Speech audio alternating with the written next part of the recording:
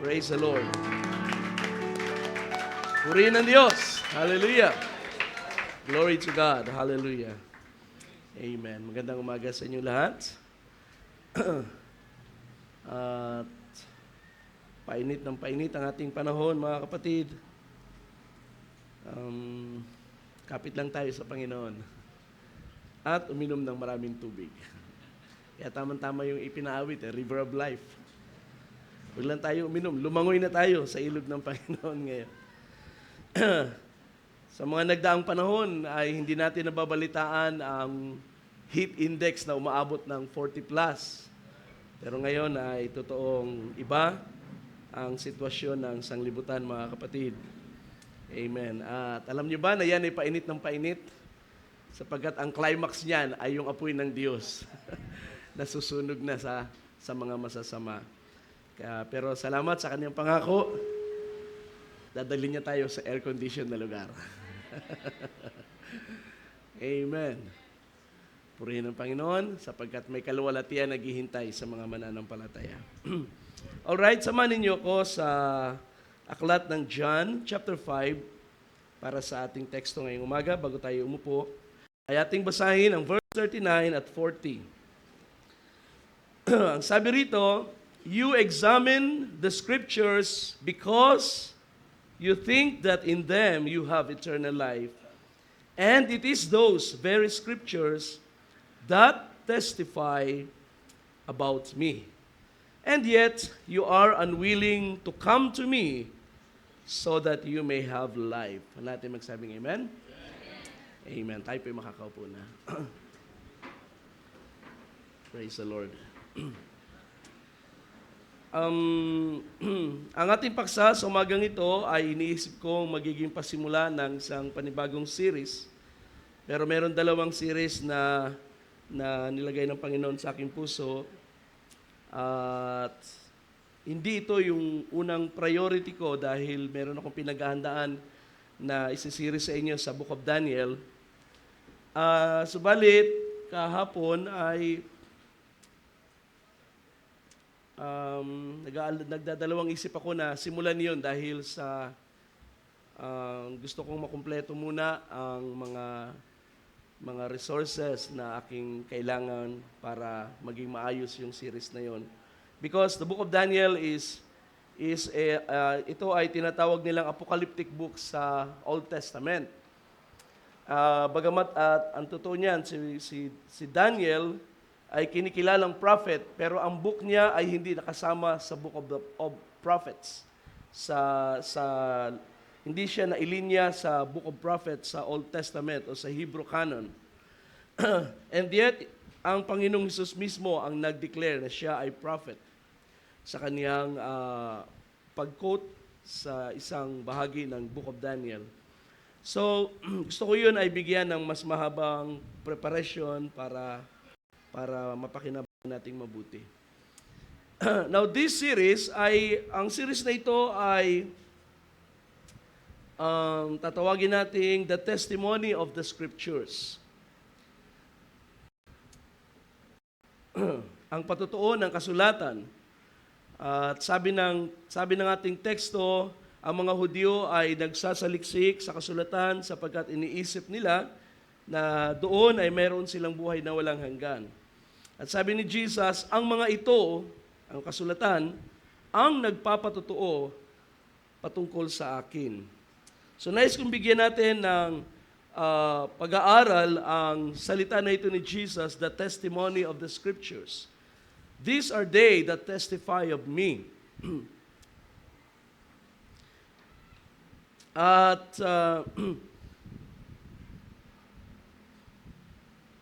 sapagkat ito ay parang introduction, ay tatawagin natin ito na the need for the testimony of the Scripture, ang pangangailangan para sa patutuo ng kasulatan. Bakit kailangan na mayroong patutuo ng kasulatan ang isang bagay na kiniklaim ng ating Panginoong Hesus?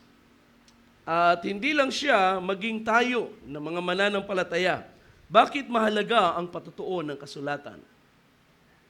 Anyone can testify Any person can make a testimony. Meron tayo mga testimony na ipinapahayag sa panahon ng gawain. Marami tayong naririnig ng mga patutuo.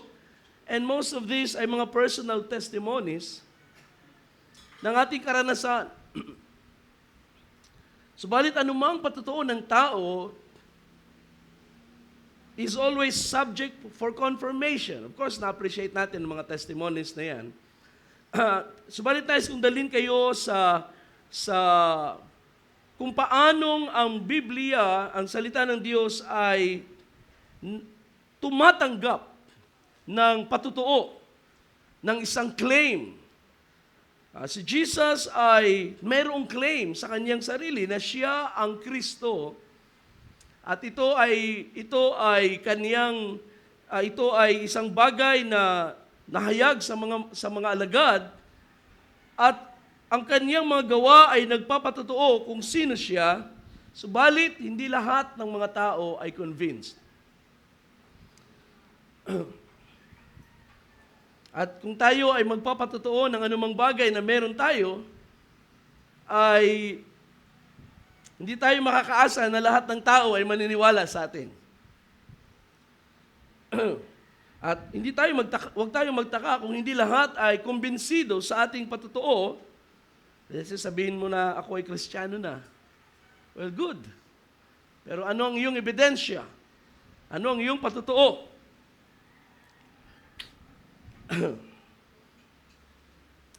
I hope meron kayong mga patutuo na kayo ay tunay na mananampalataya.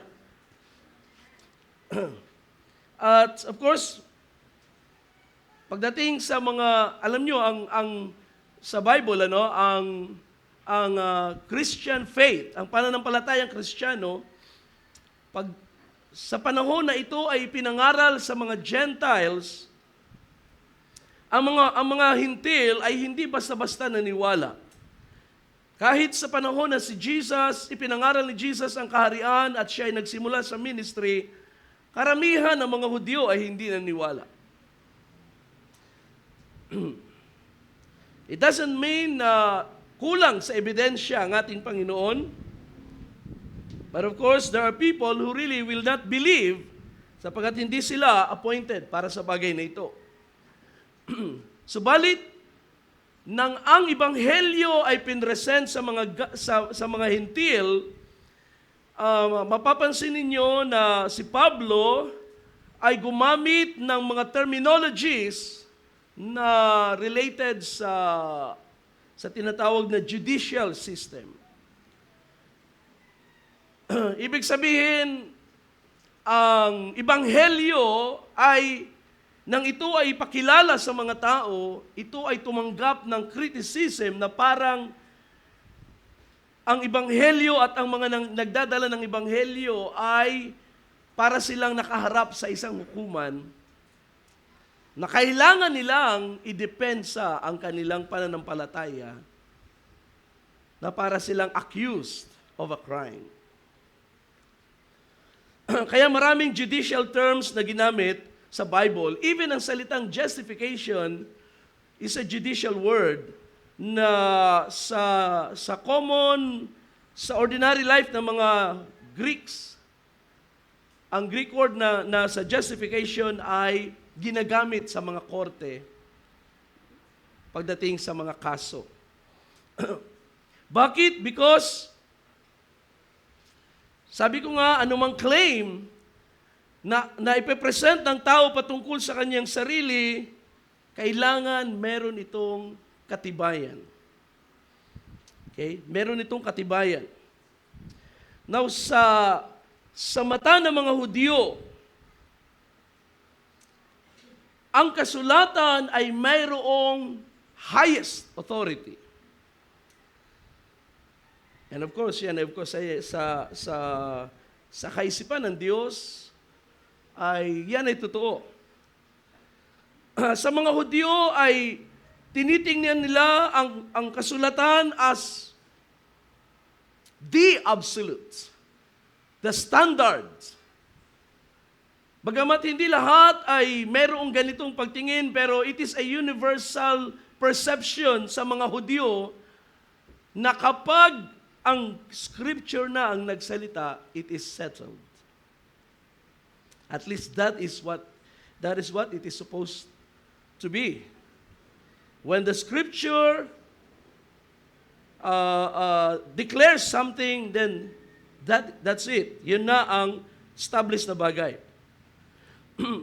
Now, ito ay may background. Unang-una, sapagkat ang mga Hudyo, universally, sa lahat ng mga Hudyo, naniniwala sila na ang kasulatan, when we talk about scripture, dito sa John 5, ang salitang scriptures dito ay tumutukoy sa Old Testament. Alright? Hindi kasama ang New Testament. Sa ating perspective, kasama ng New Testament. Sa panahon ni Jesus, it's only Genesis to Malakay. Ano ang nilalaman ng kasulatan? Una, ito'y naglalaman ng record ng tipan ng Diyos sa Israel o yung tinatawag na kautusan. The covenant law. Alam natin yan na nasa book of Genesis, Exodus, Leviticus, Numbers, and Deuteronomy. Pangalawa, naglalaman ang kasulatan ng mga salita ng mga propeta. Mga salita ng Diyos na dumating sa mga propeta. At yun ay merong, of course, ang pinaka-prominent sa kanila ay ang law, and then secondary ay ang mga sinalita ng mga propeta. And then, sa ikatlong level ng kasulatan ay ang mga writings. Writings, kasama na dyan ang mga Psalms, Proverbs, yung mga minor prophets. At ang Book of Daniel ay kasama doon. Doon siya inilagay sa mas mababang level na yon. Isa pang bagay na mahalaga kung bakit malaki ang respeto ng mga Hudyo pagdating sa kasulatan, it is because the scripture is a record of Israel's nationhood. Ang kanilang pagiging bayan ng Diyos. Ang kanilang basihan ng pagiging bayan ng Diyos ay ang nakasulat. Kahit sa panahon natin, ang mga secular Jews, like si Netanyahu, hindi naman yan mga spiritual Jews or mga not even Orthodox Jews. Yan ay secular Jews, politicians, mga businessmen nila. Pagdating sa identity nila as a people, ano ang kanilang pinagbabasihan? Ang Biblia. Lagi nilang pinaglalaban. Ang mga Hudyo, ang lupain ng Palestine, itong lugar na ito ay tinirahan na ng mga Hudyo for thousands of years. At saan yun nakarecord? Sa Biblia. So, they always go back to the scripture. Ang mga Palestinians, itong tinatawag ng mga Palestinians dito sa Gaza, ay, of course, they claim to have an identity as a people. Pero sa record ng history, wala kayong mababasa na merong lumitaw o nag-exist na people na identified as Palestinians. Walang ganung bayan. Kumbaga, katulad ng Pilipino. O sa loob ng Pilipinas, may Bisaya, may Ilocano, may Tagalog. So yan ay pwedeng ma-identify as a people. Sa Middle East, walang Palestinian nation na nag-exist at na-record sa history. At bakit mahalaga yung record ng history? Sapagkat yun yung magpo-prove if something exists in the past. So, anong ginagawa ng mga Palestinians? Nire-rewrite nila ang history. At yung mga younger generation nila ngayon ay na brainwash sa kanilang kaisipan na mayroong Palestinian people na nag-exist noon kasi yun ay nilalagay sa mga textbook nila, but historically it did not exist. So you see, ganun kahalaga ang written account. Kaya pagdating sa mga Hudyo, the Scripture is the universally accepted testimony. Kung ating titingnan sandali ang background sa John chapter 5, makikita natin na ang conversation ay pwede nating basahin beginning verse 31 para makita natin kung paanong dumating doon sa you search the Scripture. Una ay pinakita ni Jesus ang testimony ni John sapagkat ini-establish niya sa mga tao ang kanyang claim. So kinuha niya ang patotoo ni John. Sabi niya rito, if I alone testify about myself, my testimony is not true. There is another who testifies about me, and I know that the testimony which he gives about me is true. You have sent messengers to John, and he has testified to the truth. But the testimony, so John testified to the truth. But the testimony I receive is not from man, but I say these things so that you may be saved. So, kasama sa karanasan ng kaligtasan ay ang pag-acknowledge sa testimony patungkol kay Jesus Christ. Verse 35, He was the lamp, speaking of John, that was burning and shining, and you were willing to rejoice for a while in His light. Siya isang ilawang nagliliyab, nagliliwanag, at kayo ay nagalak ng pansamantala, ng kaunting panahon sa Kanyang liwanag. Kayo ay nagalak ng kaunting panahon sa Kanyang liwanag. Nang dumating si John, maraming mga Hudyo ay nagalak at kinilalang siya ay propeta. Pero alam niyo ba, hindi lahat ng mga Hudyo ay convinced na si John ay prophet. Marami, of course, especially ang masa. Pero yung mga nasa leadership, yung mga Pharisees, yung nasa temple, they were not convinced. So hindi lahat ay tumatanggap, hindi lahat ay tumanggap sa testimony ni John. Verse 36, But the testimony I have is greater than the testimony of John, for the works which the Father has given me to accomplish, the very works that I do testify about me that the Father has sent me.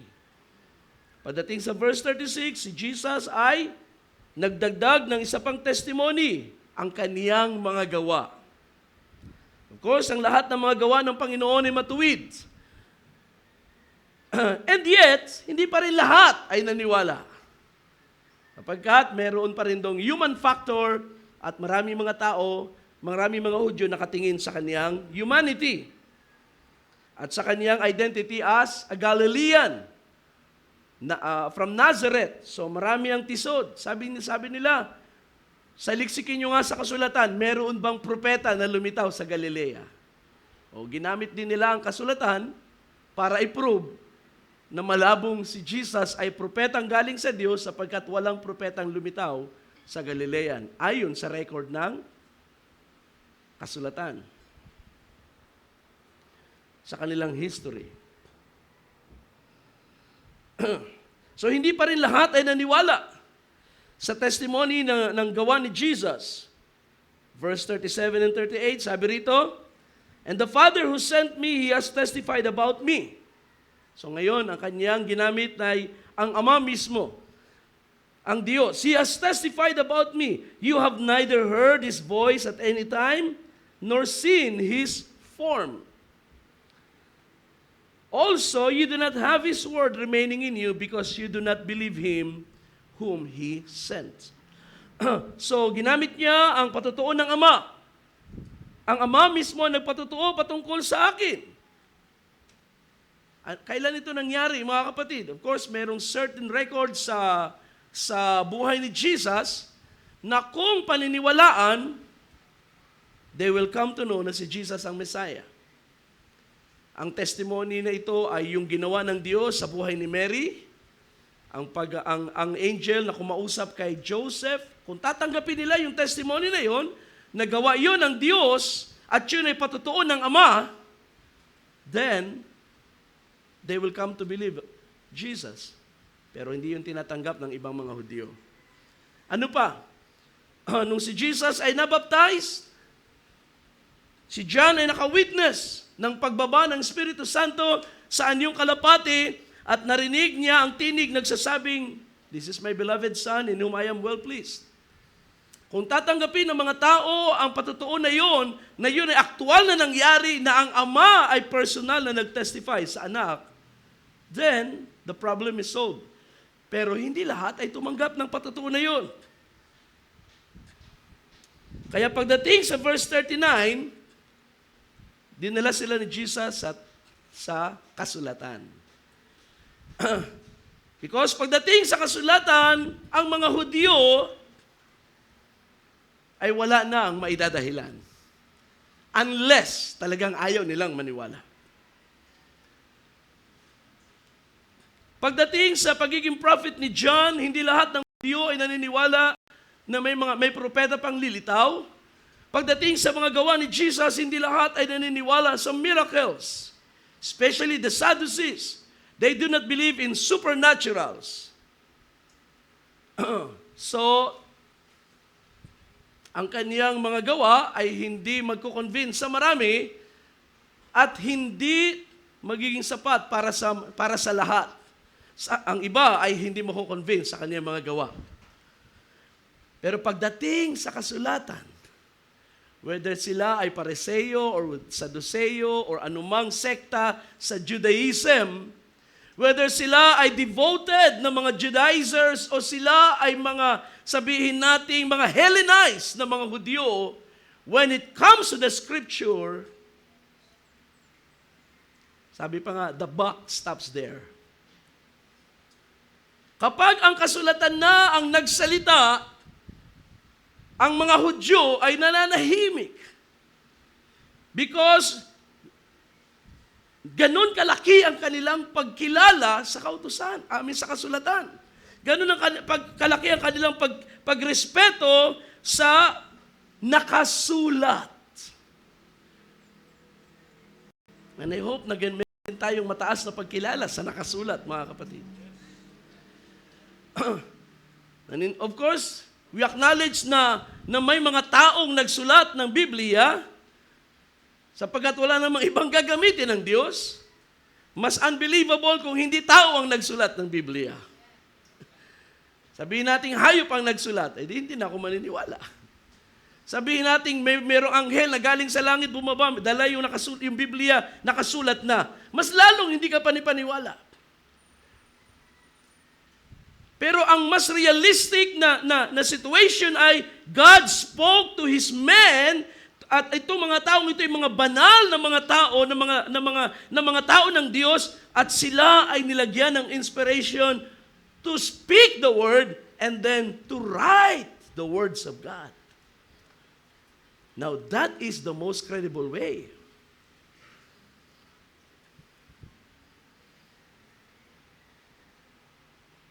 Any one of us can say na nangusap ang Diyos sa akin, nagsalita ang Diyos sa akin, na naginip ako, ito ang sabi ng Diyos. Yeah, all of these are subject for, sabihin natin, for criticism and confirmation.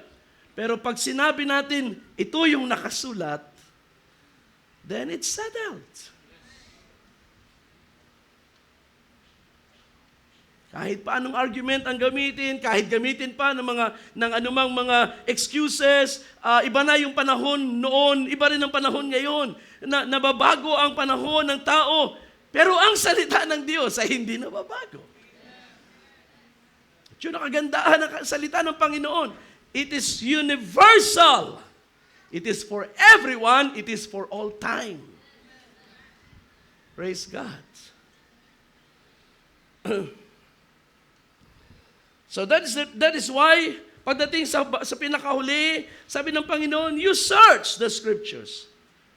Now, ang salita na yun ay hindi command na, I think sa ibang Tagalog kasi ang sabi ay, saliksikin ninyo. Kundi ito ay declaration na ginagawa na ito ng mga Hudyo. Sinasaliksik ninyo ang kasulatan sapagkat iniisip ninyo na dito ay mayroon kayong buhay na walang hanggan. So Jesus was not commanding, He was declaring kung ano yung talagang ginagawa na ng mga Israelites.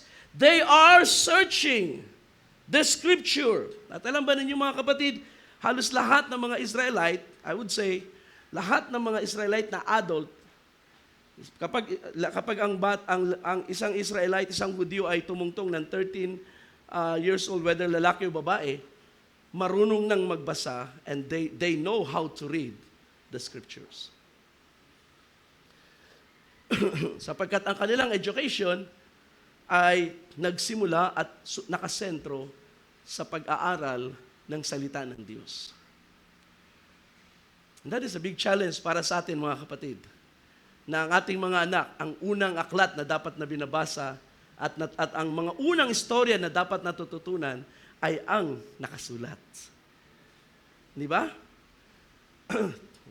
Kahit naman ang aking mga anak noon ay familiar sa mga fairy tales, familiar sa mga Disney stories. At yan ay na-encounter nila at nalalaman nila mga istorya na yan. Pero hindi ba magiging kahiya-hiya ang isang Kristiyano, marami kang alam sa mga Disney stories pero hindi mo kilala ang mga character ng Bible. Hindi mo kilala ang character ng Bible. At pangalawa, ang mga Disney stories ngayon ay nare-revise na. Marami na mga changes sa story. Noon, napakasimple na ng story ni Cinderella. Pero ngayon ay marami ng mga modern ideologies na isinisingit para ma-brainwash ang mga bata. That means, ang istorya ng sanglibutan ay nababago. Pero ang istorya ng salita ng Diyos na mamalagi magpakailanman. At yun ang napakaganda mga kapatid. When we talk about King David 500 years ago, 200 years ago, or today, it's the same story. It's the same story. Magbago man ang kalagayan ng tao between 500 years, pero ang salita ng Diyos ay namamalagi, so we can always go back to one standard, and that is the testimony of the Scripture. Hallelujah. Kaya, ang Diyos ay nagpasulat sa kanyang mga servants, ang kanyang mga salita ay kanyang ipinasulat sa kanyang mga lingkod, at ang maraming mga accounts na nangyari mula sa pasimula sa buhay ng Israel, ang mga patriarchs and then ang Israel, even ang mga failures ng mga prophets, lahat ito ay naisulat. At ang Diyos ang nasa likod ng mga pagsulat na yan, upang ang Diyos ay magbigay ng isang mahalagang picture sa mga Israelites. And that picture, that image, is the Messiah.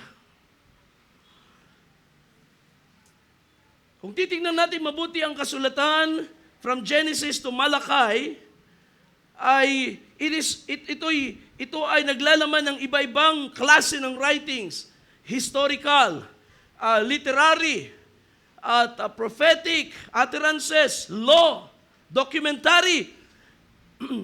So iba-iba ang pagkakasulat. Alam naman natin, Genesis is a mix, no? Chronicles is historical. Account ng genealogy ng Israel, and then kung paano nabuhay ang mga tao nila, mga ninuno nila sa iba't ibang panahon. So it is purely historical. And then literature, Book of Psalms ay, of course, mga awit, Proverbs ay mga sayings, and all these things. But, although sila iba-iba ang genre ng mga writings na yan, they have all one message. At ang larawan ibinibigay ng Panginoon, ng Diyos, sa pagkakasulat ng Biblia ay ipakita ang Messiah. I-introduce ang Messiah, ituro ang mga Hudyo sa pagdating ng Kristo.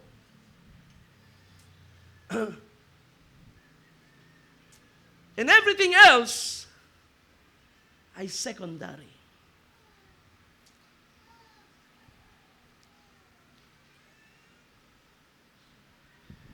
Marami kang makukuhang magagandang advice, practical advice sa Book of Proverbs para sa buhay mo.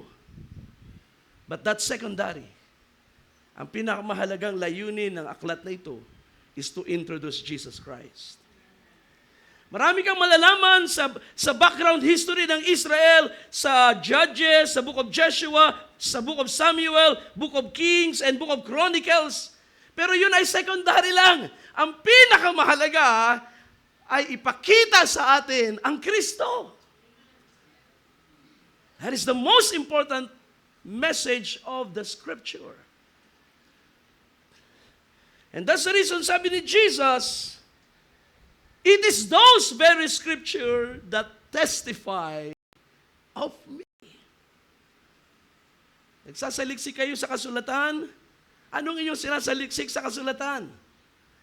Ang mga Hudyo, ang marami sa kanila, they search the Scripture because they believe, they think that they can gain eternal life sa pamagitan ng mga writings na ito. At alam niyo ba na yan ay kinonfirm ng isang lalaki na lumapit kay Jesus. When this rich young ruler approached Jesus, anong sabi ng lalaki? Good master, ano ang dapat kong gawin para magmana ng buhay na walang hanggan? Anong dapat kong gawin? Binalikan ng mga utos. Sabi niya, nagawa ko na po ang lahat ng yan. Ano pa ang kulang sa akin? So he was very, very proud na kanyang nagawa ang mga utos, but it seems na may kulang pa. Paano ko magagarantiya na may buhay na walang hanggan na ako? May kulang pa ba sa aking mga nagawang mga utos at mga commandments sa Biblia, sa kasulatan?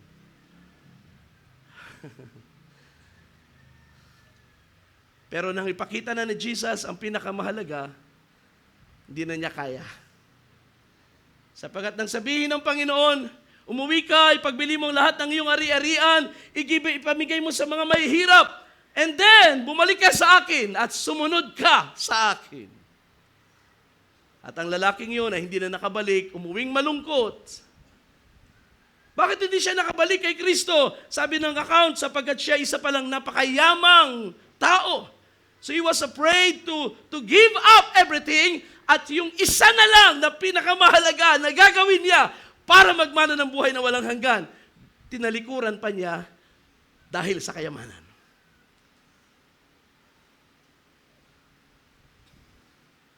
Maraming mga taong proud na nakabasa ng Biblia, nasusunod ang mga utos ng Biblia, pero yung pinapatotoo ng Biblia, hindi nila na-encounter sa buhay nila. Sabi ni Jesus, these are they that testify about me.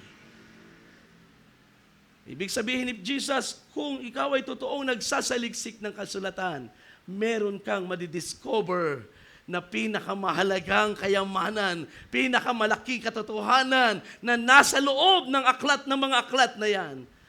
At yun ay ako. Oh my.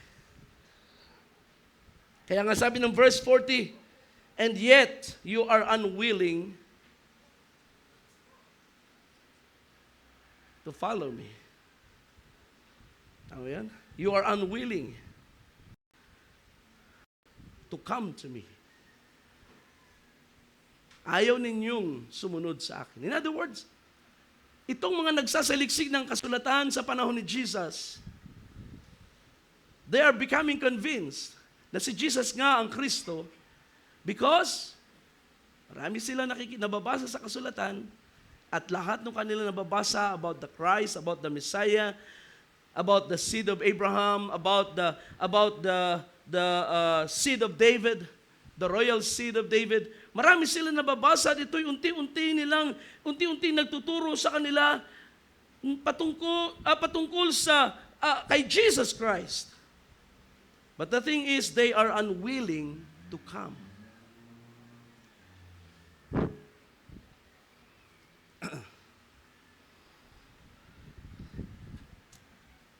Nang si Jesus ay dumating sa kasulatan as a proof of His person, katibayan ng kanyang pagkatao, ng kanyang persona.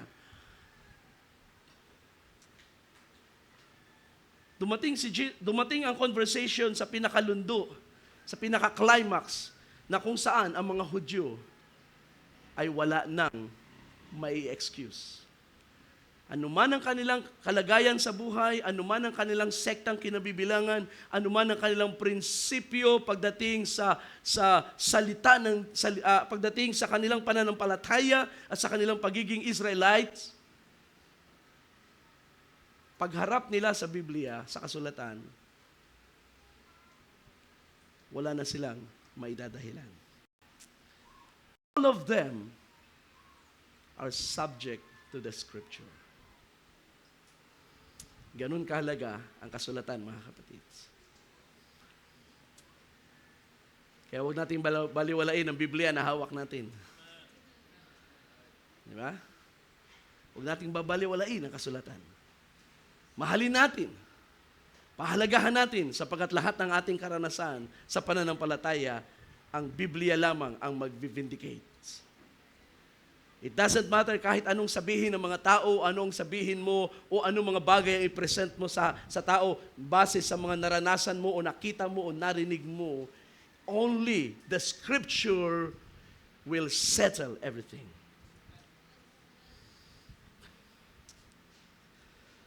Praise God. So, ganun kalaki ang pagtingin ni Jesus sa kasulatan, na kahit siya mismo ay subject sa kasulatan.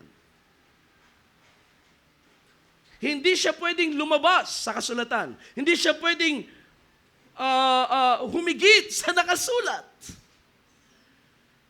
Sa Matthew chapter 5 ba yun, sabi niya, huwag niyong isipin ako'y naparito para sirain ang kasulatan. Sirain ang kautusan. I did not come to destroy, but to fulfill. So ang kanyang buhay ay hindi pwedeng lumabas sa kasulatan, at sa ganitong paraan lang niya pwedeng sabihin na ang kasulatan ang nagpapatotoo patungkol sa akin.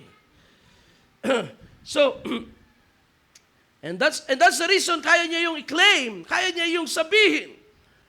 Kung si Jesus ay lalabas sa nakasulat, kung siya ay magdadagdag sa nakasulat, or babaguhin niya ang nakasulat, then hindi na magre-reflect sa Scripture ng kanyang buhay, and the Scripture can no longer testify about him.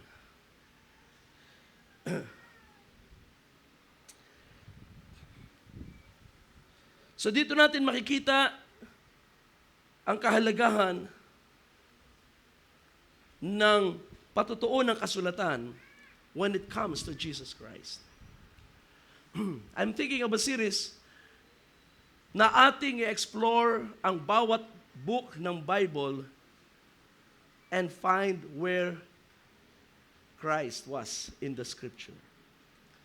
So maybe ang ating series na nasa darating na panahon, lobi ng Panginoon, is finding Christ in Genesis, finding Christ in Exodus, finding Christ in Leviticus, finding Christ in Numbers, Deuteronomy, Joshua, Judges. Ilang libro meron ng Old Testament? Mga young people, ilang libro meron ng Old Testament? Ilan? 39. So mahaba-habang series yun, ano? Mahabang series yun. Siguro hindi man tayo abot ng ganong katagal. But it is very important na makita natin, because sabi ni Jesus, these are the very scriptures that testify of me. At kung ngayon meron tayong Old and New Testament, thank God for the gospel, kilala natin si Jesus Christ, paano siyang pinanganak, bakit siya nabuhay, paano siyang naging Kristo, at ano ang kanyang katibayan sa ministry niya hanggang sa kanyang resurrection. Pero how are these things confirmed by the Scripture? Kung sinabi ni Kristo na ang mga kasulatan, Genesis to Malakay, ay nagpapatotoo sa Kanya, then nakita na ba natin siya sa kasulatan?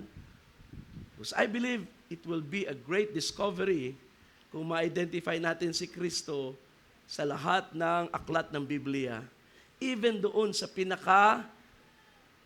sabihin natin, pinakamaliit na bahagi ng Biblia. Halimbawa, anong very ibang list natin binabasa? Song of Solomon or Song of Songs.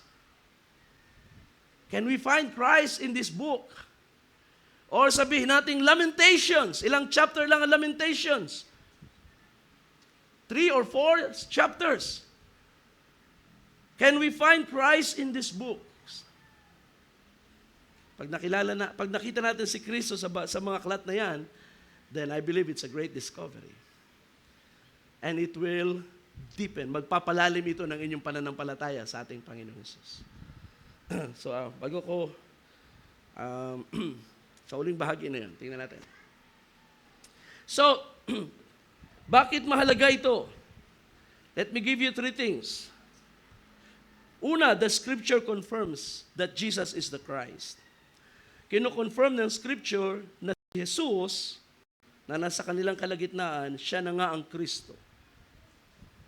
Siya na nga ang Kristo. Any additional testimony, any other testimony ay, sabihin nating, amendments. Or, anong tawag dyan? Supplementary testimony. One time si John, nasa kulungan na.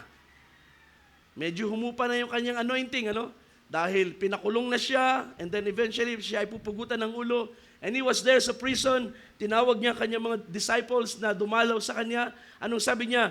Punta nga kayo doon sa aking pinsan, kay Jesus. Tanungin niyo siya ulit siya.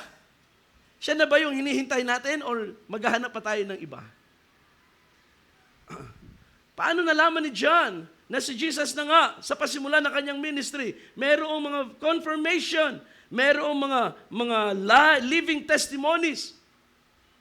And of course, nakita niya ito sa kasulatan.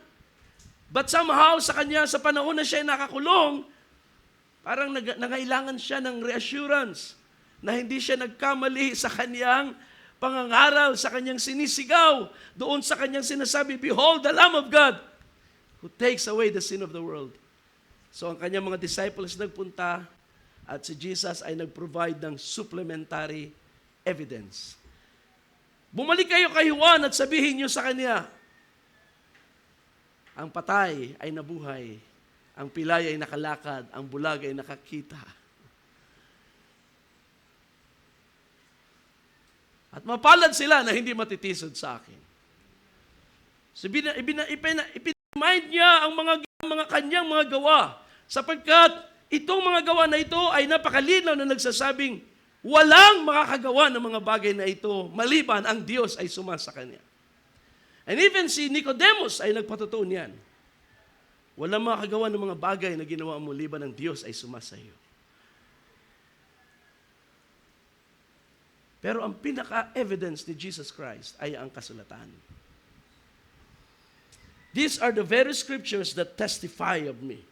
The scripture confirms the Christ. In fact, when we read the gospel, halimbawa ang Matthew, ang book of Matthew lang, pag binasa mo ang book of Matthew, sa bawat chapter ng book of Matthew, if I'm not mistaken, you will always find a reference to the Old Testament.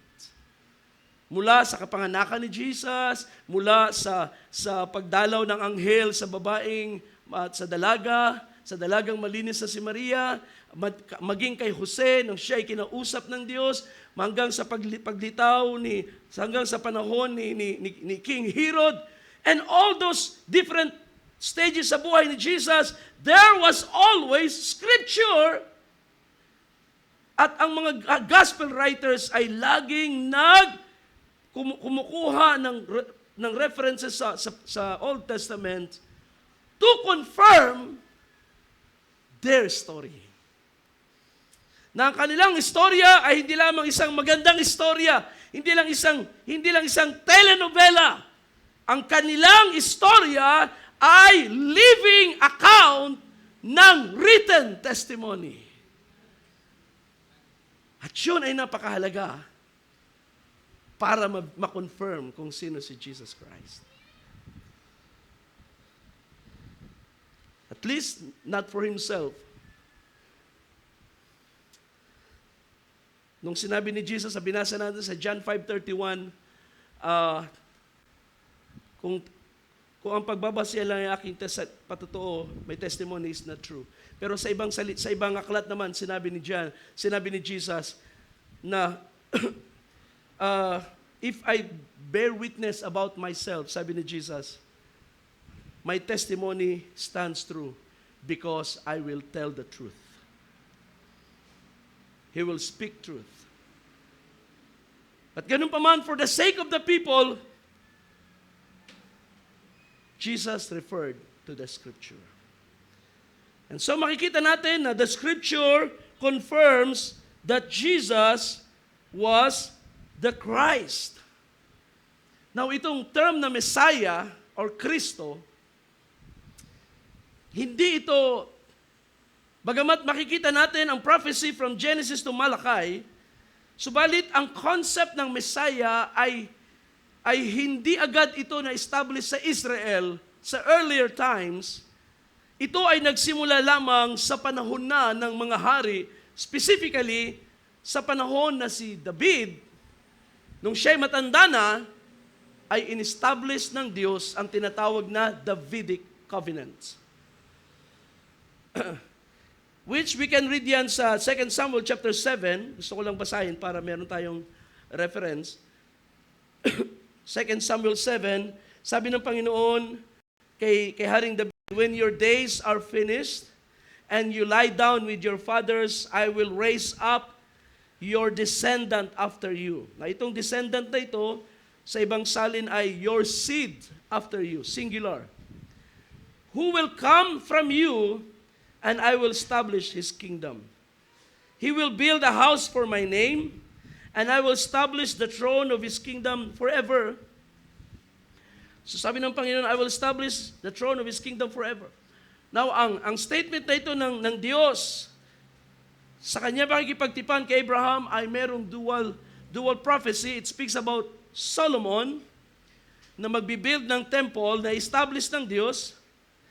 Pangalawa, dito nagsimula ang messianic prophecies na pinanghawakan ng mga Hudyo na mayroong anak si David na lilitaw isang araw and he will be the anointed one.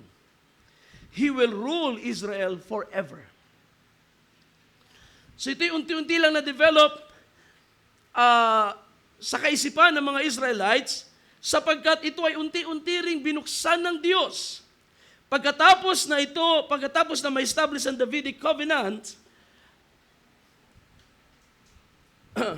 makikita natin na ang kingship, o sabihin natin ang pagkahari ng mga anak ni David na lumitaw after him ay hindi naging maayos.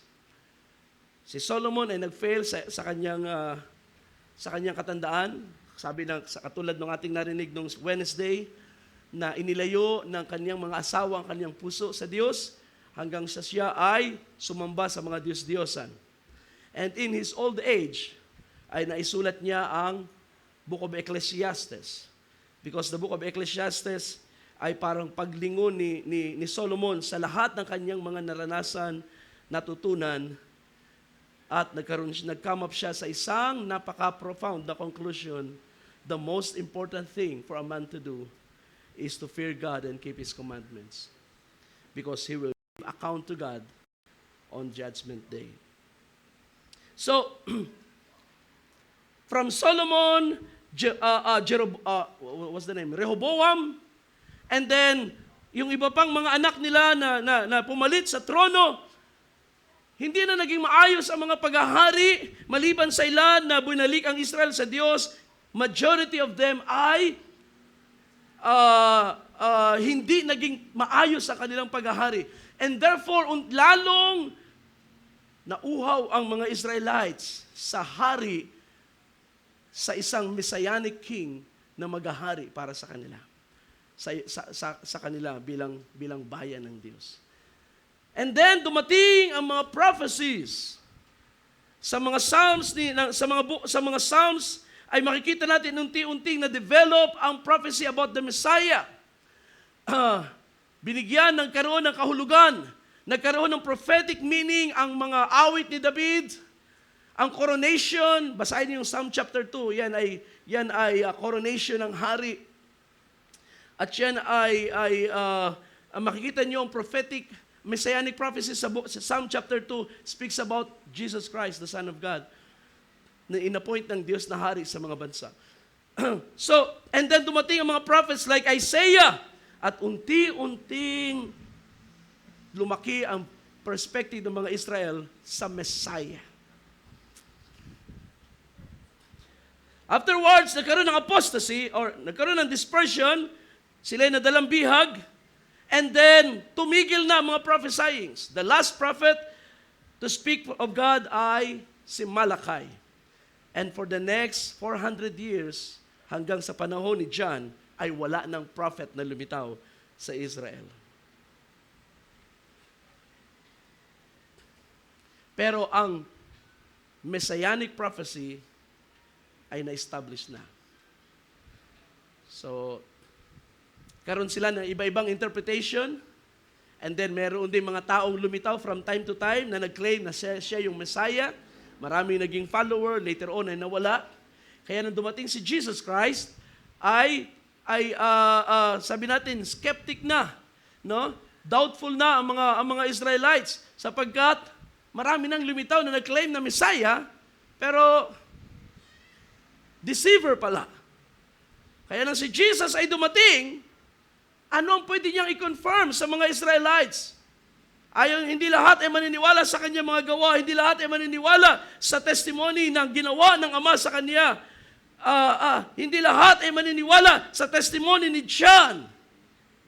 But everyone will listen to the testimony of the Scripture. Amen. Kaya, the Scripture confirms that Jesus was the Christ. Mula sa kapanganakan, hanggang sa ministry, hanggang sa kanyang suffering at glorification, it is all written in the Scripture. It is all in the writings of the law, the prophets, the Psalms, and everything. Naroon lahat. The whole Scripture speaks about Jesus Christ. Of course, pagdating sa gospel, pag sinabing ang mga kasulatan na nagpapalato patungkol sa Kanya ay ang ating pwedeng tingnan lang, pwede tayo makonfine lang doon sa mga in-account na sa Gospels, sa Kanyang kapanganakan, etc. But I tell you, it's more than that.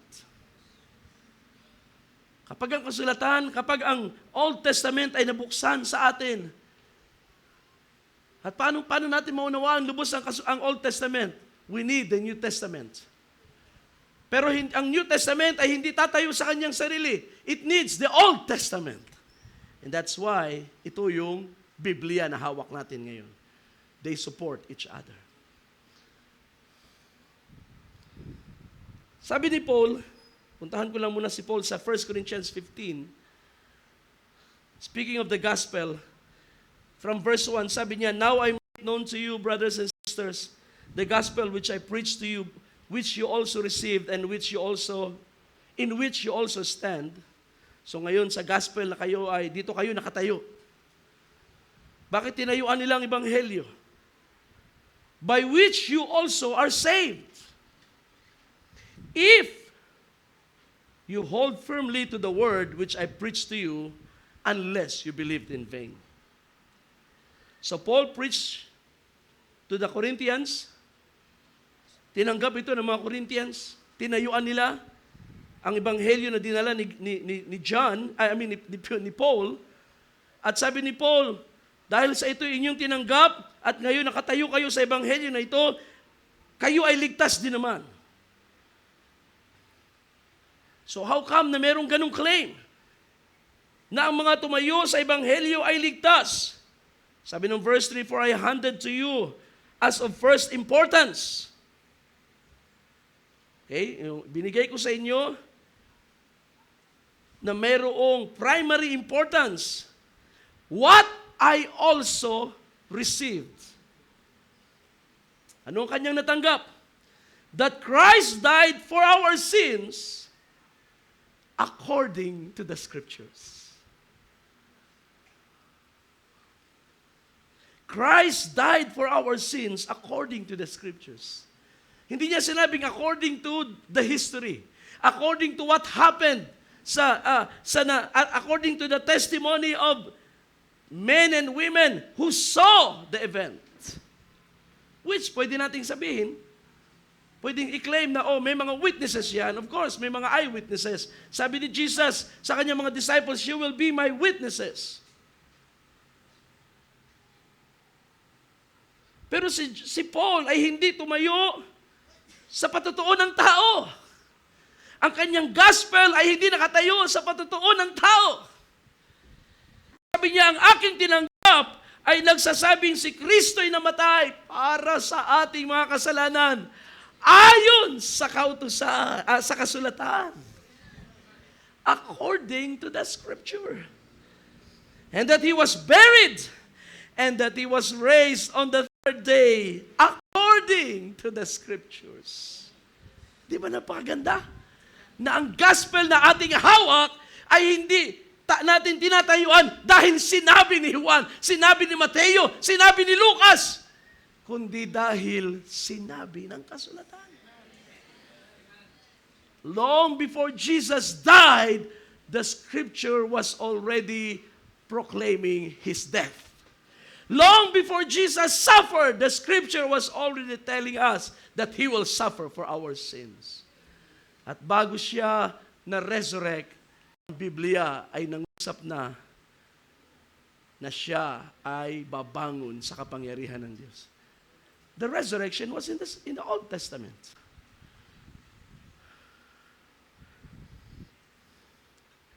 And so the gospel that they preach and the gospel that we receive, practically the New Testament, this Matthew, Mark, Luke, John, Acts, Romans, Corinthians, Galatians, Ephesians, Philippians, Colossians, down to the epistles, pastoral epistles hanggang sa book of Revelation. The gospel that we receive and preach, the gospel by which we are saved, is according to the Scriptures. Praise God.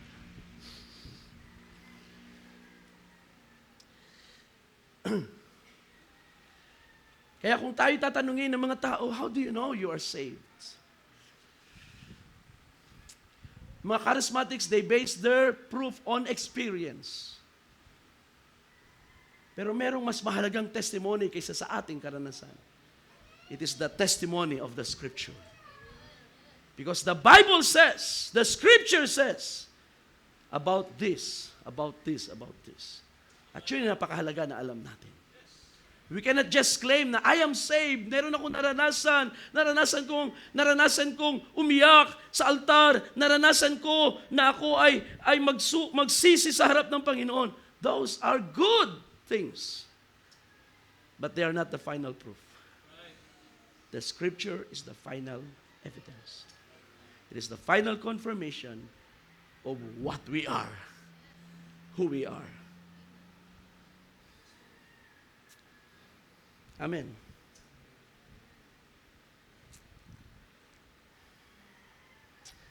Balik tayo sa John. Balikan ko yung istorya kanina ng rich young ruler, di ba? Sabi niya, "Teacher, what good thing shall I do that I may obtain eternal life?" So, mga Hudyo nagsasaliksik sa kasulatan. Pero, you see, pwede nating sabihin, the Scripture cannot by itself give eternal life. Okay? But the Scripture points to the person who will give us eternal life. And that is the reason ng ang lalaking mayaman na ito ay lumapit kay Jesus, sabi ng Biblia, minahal ng Panginoon ang lalaking iyon. Kumbaga, namangha siya, na-appreciate niya ng lalaking ito. Very sincere sa paghahanap ng buhay na walang hanggan. At inakala niya na ito ay makukuha niya sa pagsunod sa mga utos. Pero pagdating sa panahon ni Pablo, sabi ni Paul sa Galatians, walang kautusan na may kapangyarihang magbigay ng buhay. Kung mayroong isang utos na kaya magbigay ng buhay, speaking of Old Testament, then ang righteousness daw ay dapat hindi na by faith, kundi by law. Justification becomes by law, by action, by doing what the law says. Pero wala. Instead, ang kayang gawin ng kautusan, una ay hatulan ng kasalanan ng tao. But there is something in the law that gives hope. And that is, bagamat ang kautusan ay humahatol sa mga makasalanan at nagkukondina sa mga makasalanan, meron pang isang bagay na ginagawa ang kautusan. And it is, the scripture points the people to the Savior. I judge you, according to the law, you are condemned, you are guilty, but there is one Savior, may darating na tagapagligtas. Put your faith in Him. Hallelujah! Yun ang napakaganda sa kasulatan. Kaya, walang kautusan na kaya magbigay ng buhay, and that man, gaano man siya ka-sincere, hindi niya makukuha ang buhay na walang hanggan by just doing the law. Kaya sabi ni Jesus, come, follow me. Pero hindi na siya nakasunod sa ating Panginoon. But that is the scripture. Yun ang ibig sabihin ng kasulatan. They point to Jesus Christ. These are they that testify of me. Kaya kung mabasa mo ang kasulatan, it will point you to Jesus Christ. At si Jesus Christ ang nagbibigay ng buhay. Amen.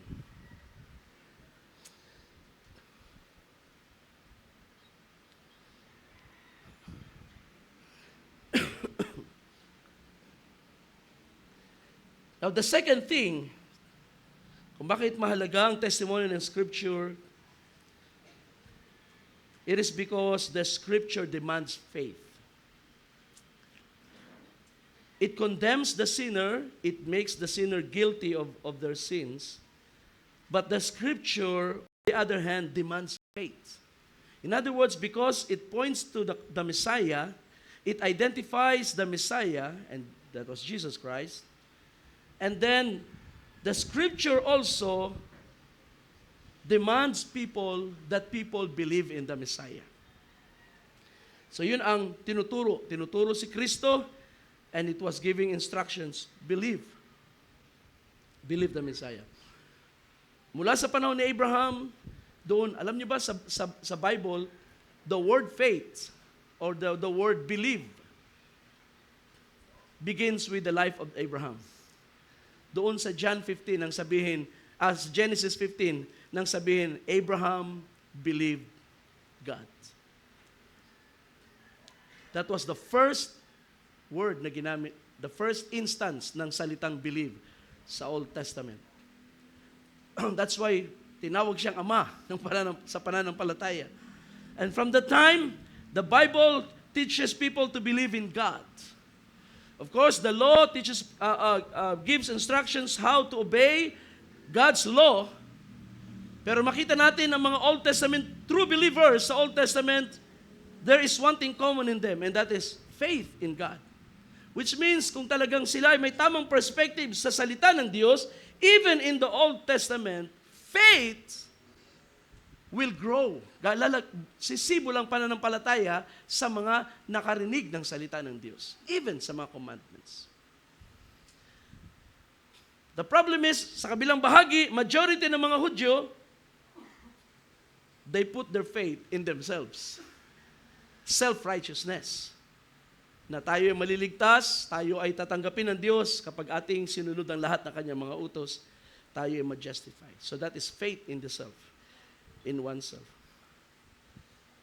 That it should point to Christ. Sabi ng Galatians, binigay ang kautusan to point us to Christ. The Scripture demands faith. Ibig sabihin, kung si Jesus ay siya nga yung sinasabi ng kasulatan, then ang mga Hudyo ay obligadong sumampalataya. Kung siya nga yung sinasabi ng kasulatan, kung siya na nga ba yung Messiah talaga, anong proof ng kasulatan na si Jesus ang Messiah? Now, kapag yan ay na-establish, ano ang kailangan gawin ng mga Hudyo? They are required, they're obligated now to believe in Jesus. Kaya nga pagdating sa ating teksto, sa verse 40, ay sabi ni Jesus, "And yet, you are unwilling to come to me so that you may have life. The scripture already proves me who I am, but you are not willing to come to me." Anong problema ng mga Hudyo? Bakit hindi nila kayang tanggapin si Jesus? Kulang ba ang patotoo ng kasulatan? Sabi ni Jesus, that's not the problem. Ano ang problem? Let's read verse 41 in John 5. "I do not receive glory from people, but I know you, that you do not have the love of God in yourselves. I have come in my Father's name, and you do not receive me. If another comes in his own name, you will receive him. How can you believe when you accept glory from one another, and you do not seek the glory that is from the one and only God?" So, nabasa nilang kasulatan at wala silang excuse. Ano ang pumipigil sa kanila para tanggapin si Jesus? Sabi ng Panginoon, it is because you're not seeking the glory of God. You are seeking your own glory. Sa paanong paraan ito nakita ng ating Panginoon? Well, ang mga Pharisees, they believe the scripture. At ang iba sa kanila, nung makita si John, they were willing to be baptized. Pero hindi sila tinanggap ni John sa kanyang baptism. Bakit? Kasi gusto nila lang magpabaptize pero ayaw magsisi. Kita nyo? Bakit ayaw nila magsisi? They will lose face. Ibig sabihin, mapapahiya sila. Look at these Pharisees, look at these Jews and scribes. Maraming alam sa kasulatan, pero sinners din pala. Oh, they do not want to be identified as sinners. But they want to be baptized without repentance. At sabi ni John, di ko kayo babautismuhan, magsisi muna kayo. Kaya kung minsan, ang baptism, totoo yan, may mga tao talagang nagpapabaptize, hindi nagpapatuloy sa pananampalataya. Kaya kung minsan, yung mga doubtful sa kanilang pagpapabaptize, hindi talaga natin pinipilit. We encourage them. Sapagkat ang tunay na pagsisisi ay meron talagang willingness na magpatuloy at magtiwala sa Diyos sa kanyang bagong buhay. Sapagkat ang Christian life ay hindi buhay natin, hindi ito my life 2.0. Di ba? It is a new life. At kaninong buhay yun? Hindi na sa iyo. Sabi ni Paul, I am crucified with Christ. I no longer live, but Christ lives in me. That is the reality of Christian life. Kaya kung hindi pa natin establish sa atin yan, may agam-agam tayo, sapagkat mayroon din naman talagang nagpapabaptize, pero hindi pa sincere ang pagsisisi, and then they go back to the world. And even ang iba na sincere sa pagsisisi, eventually binabawi ang kanilang pagsisisi. So, ang mga Hudyo na ayaw lumapit kay Jesus, it's not because the scripture is not sufficient. The scripture is sufficient. It testifies of Christ. Walang duda. Ito yung Messiah ang tinuturo ng kasulatan. Pero, ang pumigil sa kanila ay yung sila'y mapapahiya. Yung kailangan nilang ibaba ang kanilang sarili, kailangan nilang magsisi, kailangan nilang i-acknowledge ang isang walang pinag-aralan, samantalang sila ay scribes of the law. At yan ay pinakita ni Nicodemus. Nang siya'y lumapit kay Jesus, hinintay niya ang gabi.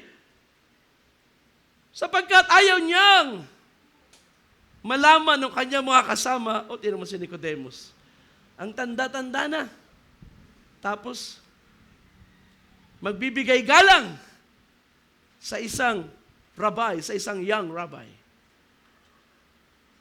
So, ginawa niya ito ng gabi para walang makakita sa kanya. They will lose face. Ang mga Sadducees hindi makapaniwala kay Jesus at sa kanyang miracles because kung sila'y maniniwala sa mga gawa ni Jesus, ito'y evidence, proof ng supernatural, then ang kanilang matagal na mga aral at doktrina sa kanilang sekta ay gibang lahat. Tama? Gibang lahat ang kanilang mga paniniwala. Kung si Jesus ay totoong nabuhay ng mga patay, giba ang kanilang aral. There's no resurrection. Kung si Jesus ay ayon sa sinasabi ng testimony ni John at ang tatay ni John dinalaw ng anghel, ang nanay at si Mary at si Joseph ay dinalaw ng angel of God, then giba ang lahat ng aral ng mga Sadducees. They will lose face. At sabi ni Jesus, hindi kayo lumalapit sa akin because you seek your own glory.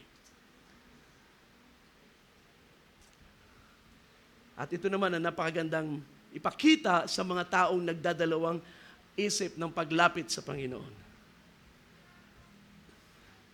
Kung naniniwala ka, nakita mo at napatunayan na sa iyong harapan by the Scripture na si Jesus ang iyong tagapagligtas at kailangan mo siya sa buhay mo, then ano ang pumipigil?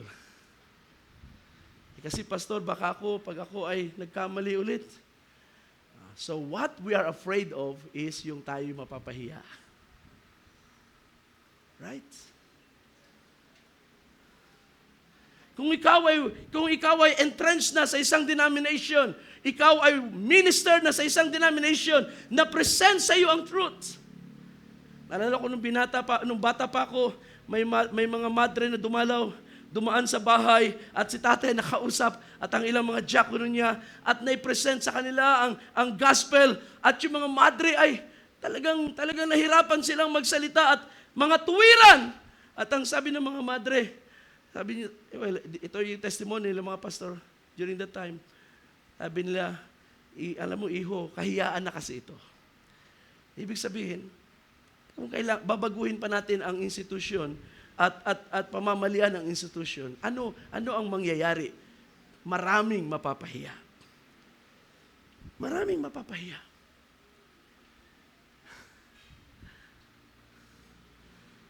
At yun ay totoo. Lahat ng tao, kapag nalantad ang buhay sa katotohanan, mapapahiya. In fact, hindi tayo makakalapit sa Diyos na hindi muna tayo mapapahiya. Na hindi muna tayo mahiya sa ating sarili. Lord, sinner pala ako. Ang tagal ko nang pinaniniwalaan ako'y matuwid dahil masipag ako magsimba sa relihiyon na hagisnan. Pero wala palang kabuluhan ang lahat ng iyon. You see, we cannot come to God na hindi muna tayo ma-expose sa ating self-righteousness and to be put to shame ng ating mga pinaglalabang righteousness, pinaglalabang mga magagandang bagay sa buhay natin. Wala palang kabuluhan. You see? At kapag na-acknowledge mo ang bagay na yan at natanggap mo, Panginoon, mapahiya na ako mapahiya, kikilalanin kitang Panginoon ng aking buhay. Hallelujah! Then that's when you can truly come to Jesus. Glory to God. You see? Kaya kung tayo nahihiya pa, kailangan nating tapangan ang ating loob. Sapagkat hindi tayo maililigtas ng ating hiya. Ilalayo lang tayo niyan sa Panginoon. Ilalayo tayo sa biyaya ng Diyos. Pipigilan tayo na makaabot, makapasok sa kaharian ng Diyos. Pero kung ating tatapangan ang ating loob at tatanggapin kung ano sinasabi ng kasulatan, hindi lang patungkol kay Jesus. Ngayon, kung anong sinasabi ng kasulatan tungkol sa ating pagiging makasalanan, kung kaya nating tanggapin, then we can come to Christ.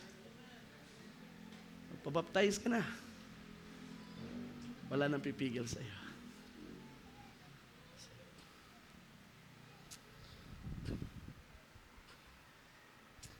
Kaya,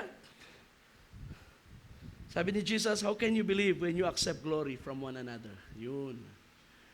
Ang kanilang iniingatan ay yung kanilang reputation sa isa't isa, Ayaw ng mga Sadducees, mapahiya sa mga Pharisees. Ayaw rin ng mga Fariseo, mapahiya sa paningin ng mga Sadduseo. No? Lalo na sa paningin ng mga lowly na mga Jews. Ano nila sasabihin ng mga Hudyo? Nasa atin ang salita, tayo nagbabasa ng kasulatan, tayo yung walang alam sa kasulatan. No. Hindi natin pwedeng tanggapin yan. Yun ang pumipigil sa mga tao. Alam nyo, sa ating panahon, ang kaibahan ng ating panahon sa panahon ni Jesus, sa panahon ni Jesus, the Jews did not question the authority of the Scripture. Sa ating panahon,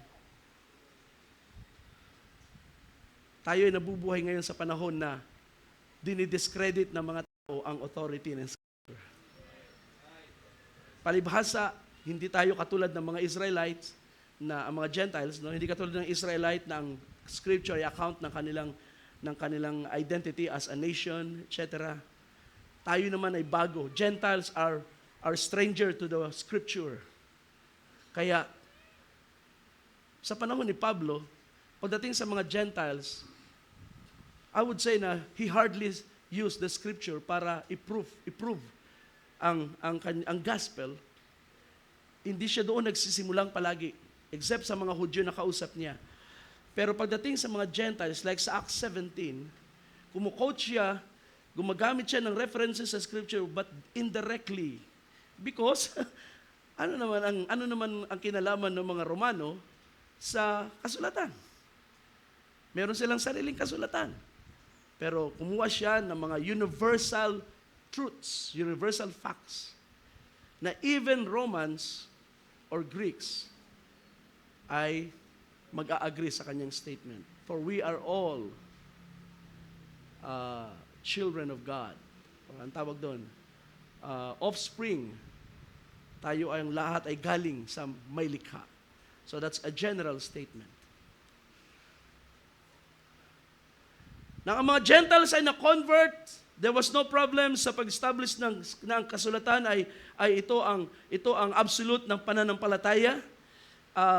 Unti-unting nag-blend ang Jewish Christians at ang mga Gentile believers, and they have come to agree na ang kasulatan ay salita ng Diyos. But unfortunately, tayo ngayon sa ating panahon, marami ang nagdi-discredit sa kasulatan, maraming nagre-revise ng kasulatan, marami ang nagko-question sa mga claims ng kasulatan. And that is very dangerous, mga kapatid, sapagkat kapag ang kasulatan ay na-discredit, then ang ating pananampalataya ay madali nang magiba. And that's the reason even pastors sa ating panahon ay nagbabackslide. That's the reason even ministers and Bible scholars na Protestant, Pentecostal, you see, nagbasa ng Biblia, nag-aral ng kasulatan, and then after many years of scholarly studies, mababasa niya sa internet, they turn back to Catholicism. Bakit nangyayari ito? Because nadidiscredit ang kasulatan for what it claims. At ito'y delikado sa ating buhay. Kahit naman sa ating mga anak ngayon na pinalaki sa church, tinuruan sa Biblia, tapos pagdating sa kolehiyo, na-educate na, nalayo ng ilang panahon, na-educate na sa school, na impluwensyahan ng barkada. Pag uwi ng bahay, kino-question ang authority ng Scripture. So that is yun ang taktika ng diablo. Hindi ba yun din ang taktika ng diablo kay Eva? Talaga bang sinabi ng Diyos? Talaga bang sinabi ng Diyos na kayo'y mamamatay kung kakainin nyo ang punong kahoy, ang bunga ng punong kahoy sa gitna ng halamanan ng Eden?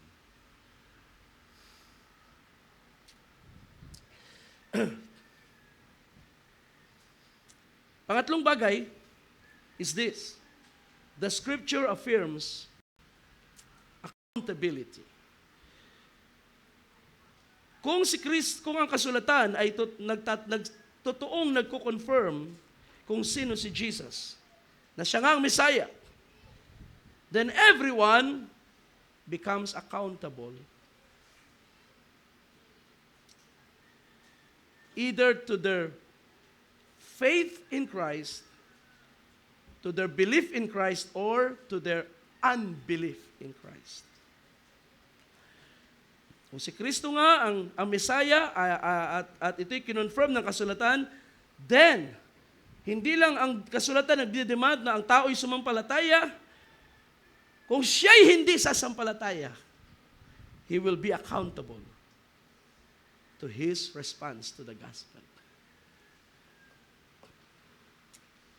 At ito'y hindi lang para sa mga Hudyo, mga kapatid. This applies to the whole world. Especially sa mga bansa na naabot ng kasulatan, nakarinig at nakabasa ng Biblia. Every one of them is accountable to the Scripture. Kaya sabi ni Jesus sa verse 46 at 47 ng John 5, "For if you believed Moses, you will believe me, for he wrote about me. But if you do not believe his writings, how will you believe my words?" So ang pananampalataya o ang testimony ng kautusan, ng kasulatan, at ang pananampalataya kay Kristo ay dalawang bagay na hindi mo pwedeng paghiwalayin. You cannot say you believe the Scriptures and you do not believe Christ. You cannot say, I believe Christ, I believe Jesus is the Christ, but I don't believe the Scriptures. It's impossible. Okay? Kaya sabi ni Jesus, if you do not believe His writings, the writings of Moses, the Torah, how can you believe my words? Ibig sabihin, itong mga tao na nagko-question kay Jesus, I don't believe you, we question your authority, we question your sayings, your words. Sabi ni Jesus, well, malaya kayo dyan. But what does that mean? Kung kinu-question nyo ang aking mga salita, ang aking mga aral, then it means you don't really believe the Scriptures. Para bang, saan pa susuot ang mga tao? Saan pa sila maghahanap ng excuse? Kung hindi nila kayang sampalatayanan si Jesus, then it means you don't believe the Scriptures. But we believe the Scriptures. We don't believe you. Pero na-establish na, the Scripture confirms Jesus is the Messiah. So you see? Kaya wala silang lulusutan. Therefore, ang mga tao, whether they believe or they do not believe, are accountable to God. Lahat ay mananagot sa Diyos. John chapter 5, sa mga sumasampalataya, sabi ng Panginoon sa verse 24, "Truly, truly, I say to you, the one who hears my word and believes Him who sent me has eternal life and does not come into judgment, but has passed out of death into life." So yan ang pag-asa na ibinigay niya sa mga sumampalataya sa Kanya.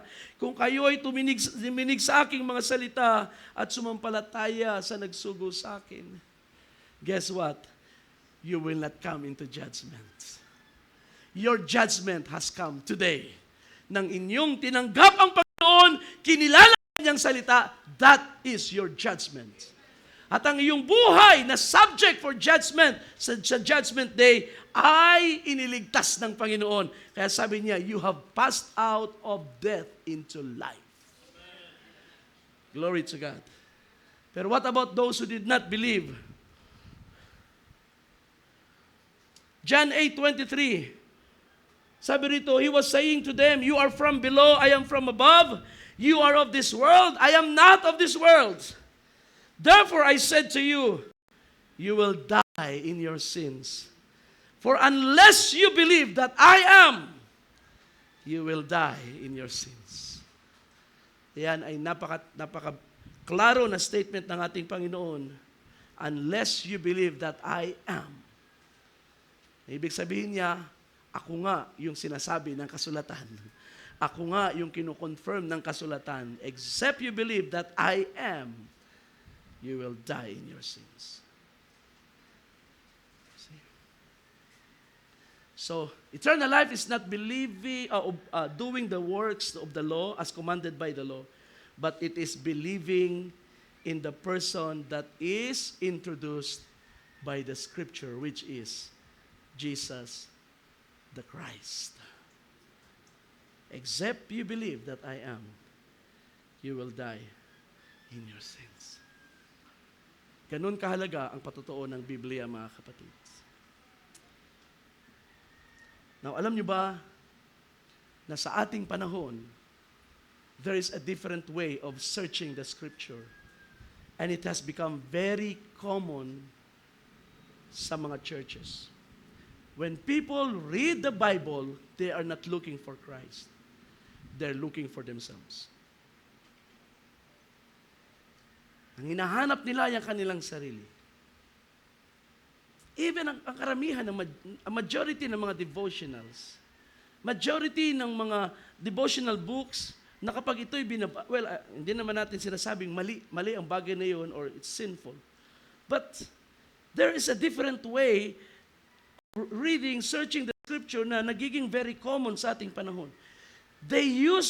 People are reading the Bible not to look for Christ, but to look for words that will inspire them.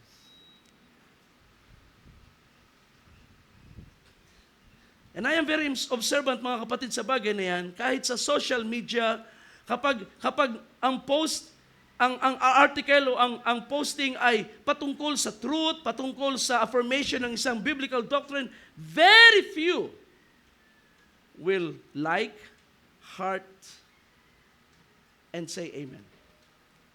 Pero kapag ang posting ay patungkol sa God loves you, your victory will come. Pagkatapos ng iyong problema, ay ikaw ay pagpapalain ng Diyos. Kapag ganito ang mga salita, and we say ito ay mga bagay na nag-affirm ng mga nararamdaman ng mga tao, dadagsain ka ng likes and affirmations. I'm not saying na hindi natin ito ginagawa, and at ito ay inherently wrong na tayo ay humahanap ng mga bagay na kailangan, because we really need that, lalo na pag tayo nasa panahon ng problema. But you see, mga kapatid, the right way of looking at the scripture is to find Christ. It is to find Christ. Isa pang talata na gusto kong basahin bago ako magtapos. Luke 24, sabi sa verse 25, ito yung sa resurrection ni Jesus. May mga disciple na confused. Hindi nila matanggap ang mga nangyari at may mga balitang nakarating sa kanila. Anong sabi ni Jesus? You foolish men and slow of heart to believe in all that the prophets have spoken. You see? Binalik niya sa kanyang mga alagad, bakit ang bagal ninyong sumampalataya sa mga sinabi ng mga propeta? The scripture. Was it not necessary for the Christ to suffer these things and to come into His glory? Then beginning with Moses and with all the prophets, He explained to them the things written about Himself. In all the scriptures. In all the scriptures. Hindi ko alam kung gaano kahabang kanilang conversation, but yung panahon na yun ay sapat para mailatag ni Jesus. He was in the scripture, and the scripture pointed to Him. And everything that happened to Him was already declared by the scripture. At kung sasaliksikin mo ang kasulatan to look for Christ, you will find Him. Hallelujah. You will find Him. And this is the right way, mga kapatid. Ang mali sa mga Hudyo, they search the scripture for their personal needs first. They did not search the scripture to find out what the scripture was really giving them. And that is the Messiah. They believe the Messiah is coming. They believe Messiah will come soon. But when they read the scriptures, they're not looking for the Messiah. They were looking for themselves. Now, let me read a quotation kay Brother Branham. Sabi niya dito sa isang sermon niya, what is the sermon? Christ is the mystery of God revealed. Now here he says, search the scriptures. They testify to me. In them you think you have eternal life. And that's true. And they're the one that bear record of me. And I'm bearing record of them. And if I do not the works that's promised that I would do, then don't hear me. But if I do the works, and you can believe me, believe the works because they testify that He is the Word. So, pinaparaphrase niya ang statement ni Jesus. Oh, it looks like it couldn't be any plainer. See? Now, search the scriptures, he said, Moses and all the laws and so forth and the prophets and Psalms spoke of him. And again, he said, the scripture testify of him. He is the principal theme of the entire Bible. If you read the Bible and don't see Christ in every verse of it, go back and read it again. See, if you can see Christ in every verse of the Bible, then you read it again because you missed something. The Bible is Christ, He is the Word. When you read in the beginning God created, there is Christ. See? From that, in the beginning, to the Amen in Revelation is every word testifying of Jesus Christ. Ganun kayaman ang Scripture. There is so much evidence na si Jesus ang anak ng Diyos, ang Messiah, who is the Savior of the world. God manifested in flesh. Hallelujah! The whole Scripture testifies of Him. That is why, mga kapatid, when we search the Scripture, yes, ang kadalasan ng primary reason kapag binuksan natin ang Bible is to look for words of encouragement sa ating buhay, sa ating needs, sa ating mga situation. And there's nothing inherently wrong in that. But I encourage you, when you open the Bible, first look for Jesus. Alam niyo kung bakit? Because kung hahanapin yung inyong sarili, there is the danger na tayo maging self-righteous like the Pharisees. But if you look for Jesus, you will always find yourself. Bakit? Sapagkat sa grand scheme ng Diyos, when He planned and predetermined everything, He chose us in Christ. Kaya when you find Christ, you find yourself. When you look for yourselves, you may miss it. Sapagkat you cannot find yourself. Kung ikay child of God, you will not find yourself outside of Jesus Christ. But when you discover Jesus, you will find yourself. Oh my! Amen?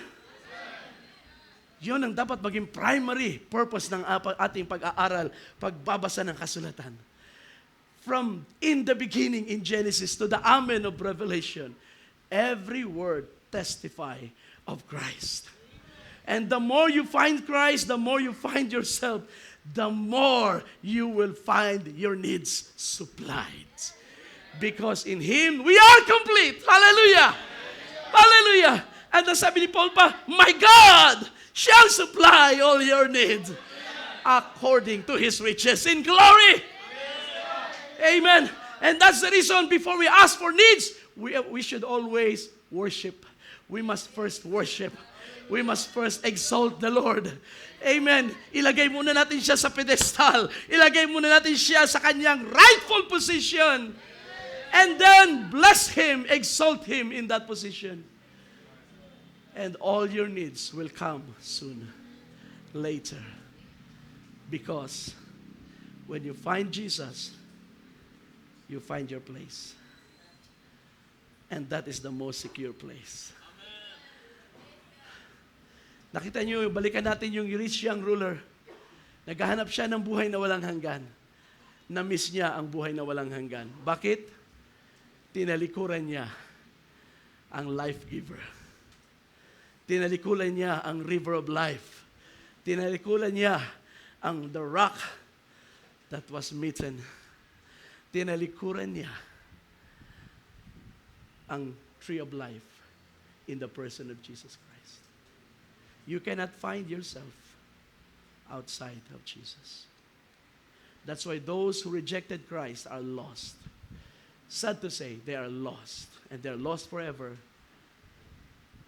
Kapag tumawid tayo sa boundary ng kamatayan at hindi natin natanggap ang Panginoon, hindi natin naisuko ang ating buhay, hindi natin nakita ang ating sarili kay Kristo, we are lost forever. That's why sabi ng Biblia, come to me. Ang ating Panginoon ay nag-offer ng kanyang sarili. Di ba napakaganda? In-offer ni Jesus sa kanyang sarili. Come to me. All you who are heavy laden, I'll give you rest. Kung naghahanap tayo ng kapahingahan sa ating panahon, look for Jesus. There is your rest. Naghahanap tayo ng comfort sa panahon ng pagkapighatian, look for Jesus. You will find comfort. He is your comfort. Lahat ng ating kailangan ay nasa Kanya. Palapakan natin ang Panginoon, mga kapatid. Glory to God. Tayo po mag-stay lahat and let's finish this. Hallelujah. Jesus Christ is the real treasure in the Scriptures.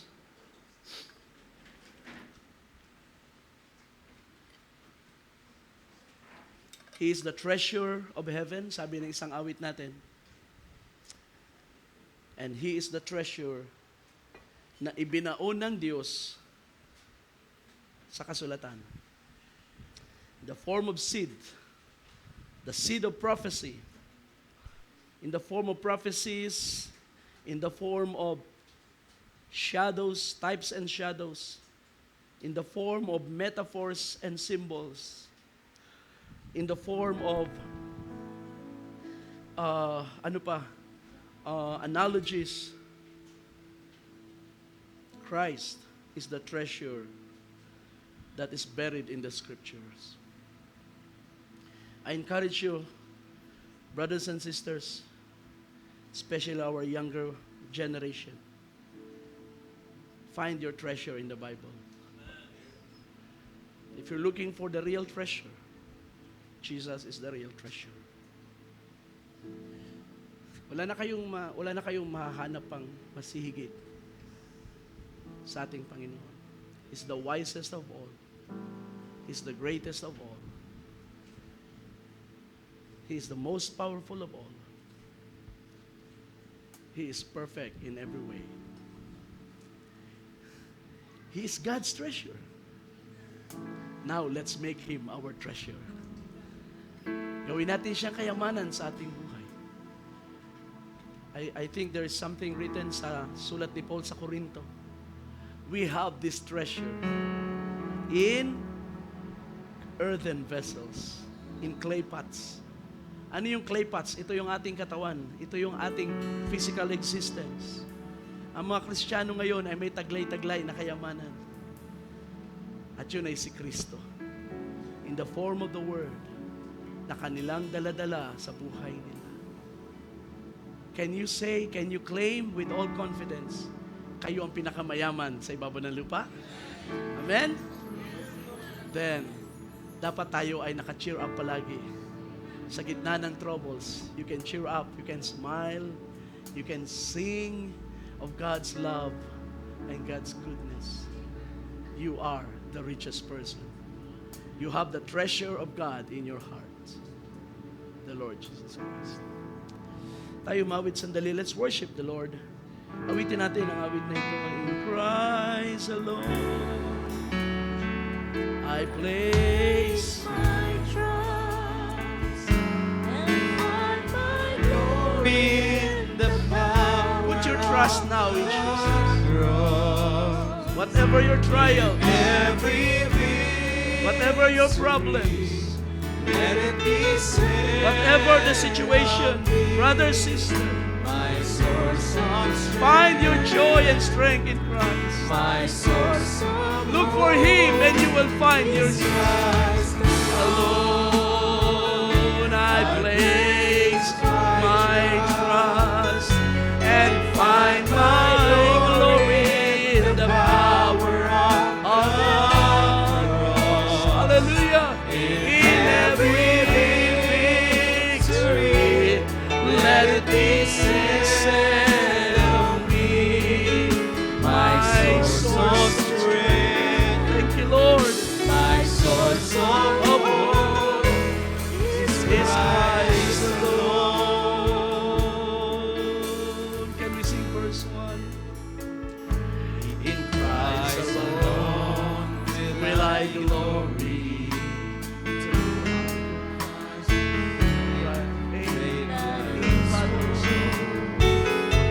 for I Amen. By His grace alone, I overcome. Thank you, Lord. Hallelujah. And I yes, Like diamonds in my hand.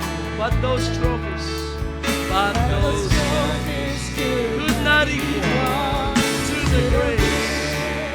Praise the Lord, by which I stand. Hallelujah. In Christ alone. Oh Lord, exalt you, Jesus. Amen. And find my glory in the power of the cross. Amen. In every victory, let it be said of me, my soul's strength. Yes, Lord. My source of hope is Christ alone. Let's sing verse 2. In Christ alone will I glory. Only by His grace I am redeemed. Amen. And only His tender mercy could reach beyond my weakness to my knees. Hallelujah.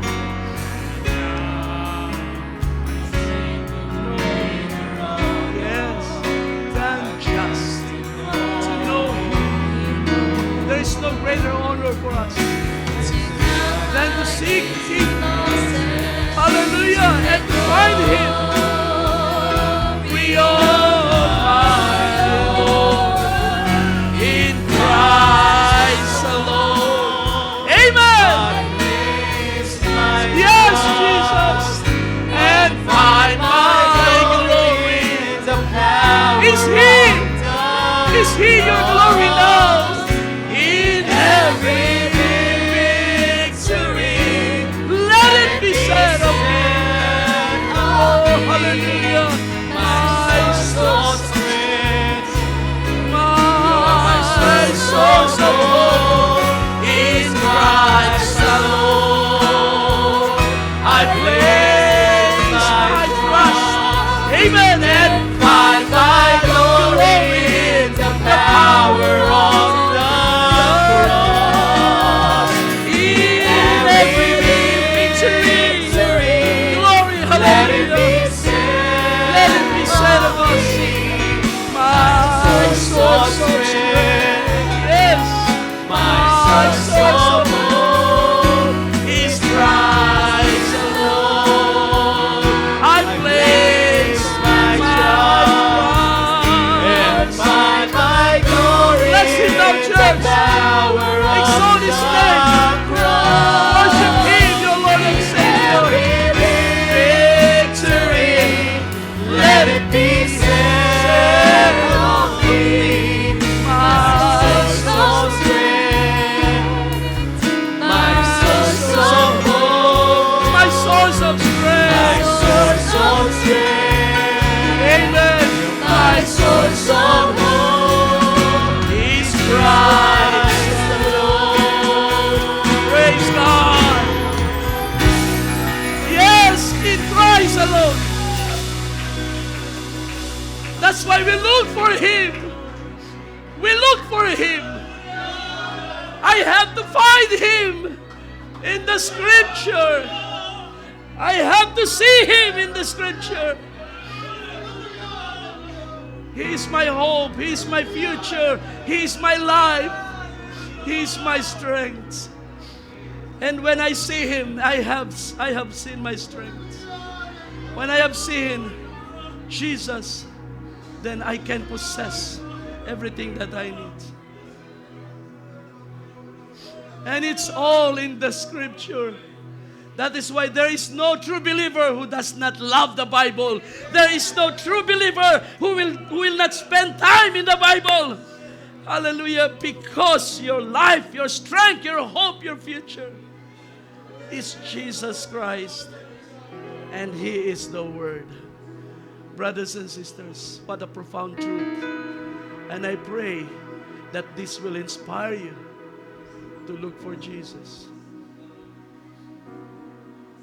If we can look for Him, kung kaya natin siyang hanapin sa nature, sa mga sitwasyon ng buhay, most importantly, let's look for Him in His Word.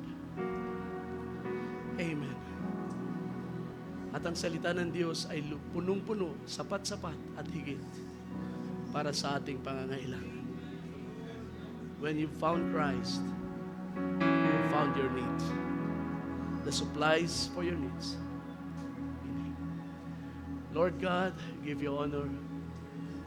Thank you for Jesus Christ. Thank you, Father God, for giving us your Son, for writing about Him in the prophets.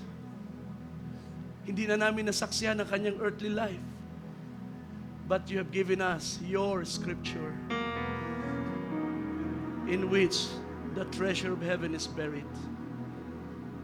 At dito namin madidiscover ang napakayamang katotohanan that will enrich our life and will prepare us for glory. Lord, thank you so much for your word. Teach us to stand on your word every day. Not just as confession, but as a living experience sa bawat araw.